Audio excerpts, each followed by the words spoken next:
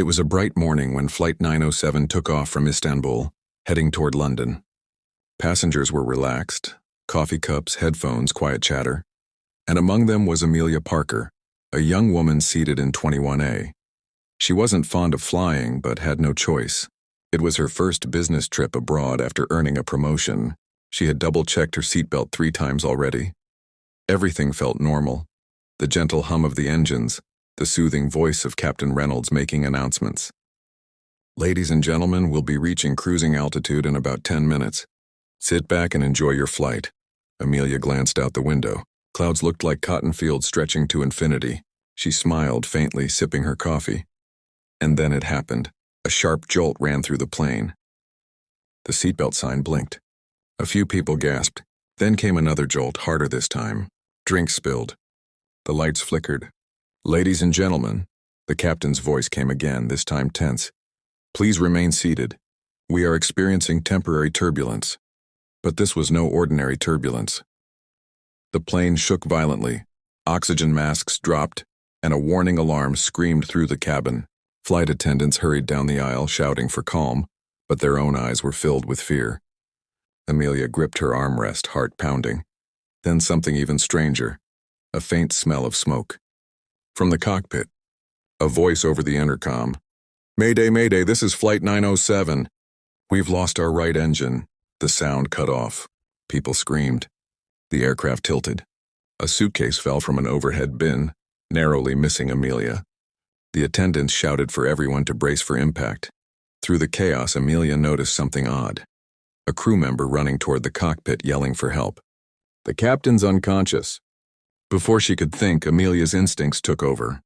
She unbuckled her seatbelt and ran after him. Despite passengers shouting at her to sit down, she had no idea why she was running toward danger, only that something inside her said she had to. When she reached the cockpit door, it was half open. Inside, she saw the captain slumped over the controls, the co-pilot desperately trying to stabilize the plane. Who are you? The co-pilot shouted. Get back! I can help, Amelia said, though she didn't even know how. But somehow, as she looked at the flickering panels and flashing instruments, her mind began to piece things together, as if she had seen this all before. The co-pilot screamed over the alarms. Do you know how to fly? Amelia's lips trembled. No, but maybe I can try. And that's when the screen in front of her blinked. Autopilot disabled. And Flight 907 started dropping fast. The cockpit was chaos.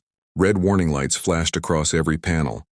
A shrill alarm echoed through the cramped space, and the co-pilot, First Officer Daniels, fought desperately with the controls. The captain was still unconscious, his head slumped forward, a thin line of blood trickling from his temple. Amelia stood frozen at the door, heart hammering against her ribs. The aircraft was dropping fast.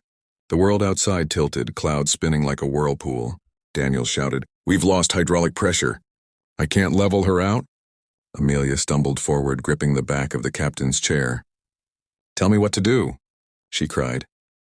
Daniels turned to her, sweat pouring down his face. You shouldn't even be here. Go back. I can't. The doors jammed from the outside. She yelled over the roaring engines. Daniels cursed, then pointed to a switch. Fine. Hold that lever. Keep it steady while I reset the fuel line. Amelia obeyed without question. The lever was stiff, vibrating violently in her grip, but she held on with all her strength. Her knuckles went white. For a few tense seconds, the plane steadied slightly. Daniels managed to restore partial control. But relief was short-lived. Another alert sounded. Fire in right engine. The smell of burning oil filled the air. Amelia's eyes darted across the screens, and the flashing numbers, the radar, the blinking buttons. Something deep inside her clicked. A strange familiarity. She shouldn't know what any of this meant, but her brain began connecting dots faster than she could think. Try cutting fuel to engine 2, she said suddenly. Daniels looked at her in shock. How do you... Just do it, she insisted. He flipped the switch. The roaring sound lessened slightly. For a moment, the plane leveled again. Daniels looked at her in disbelief.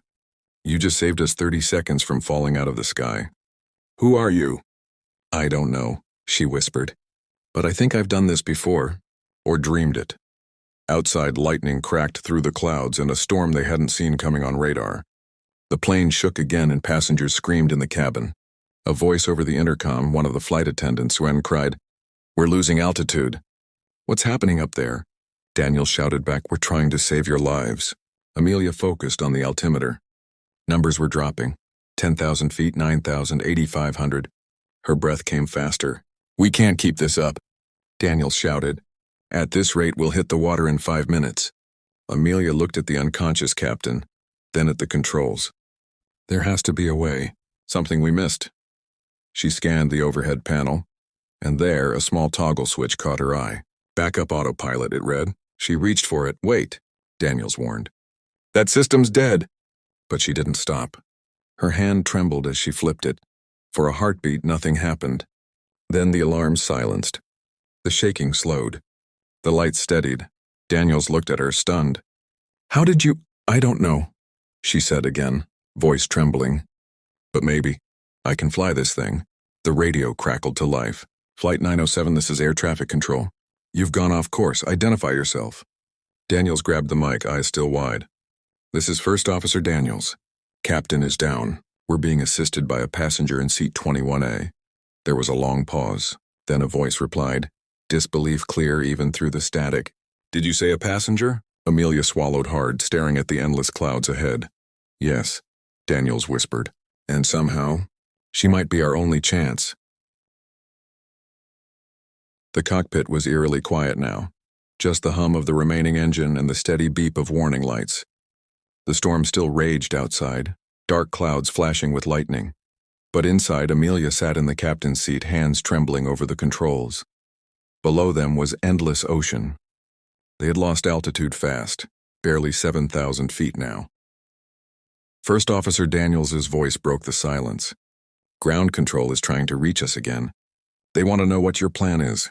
"My plan?" Amelia whispered, staring at the instruments.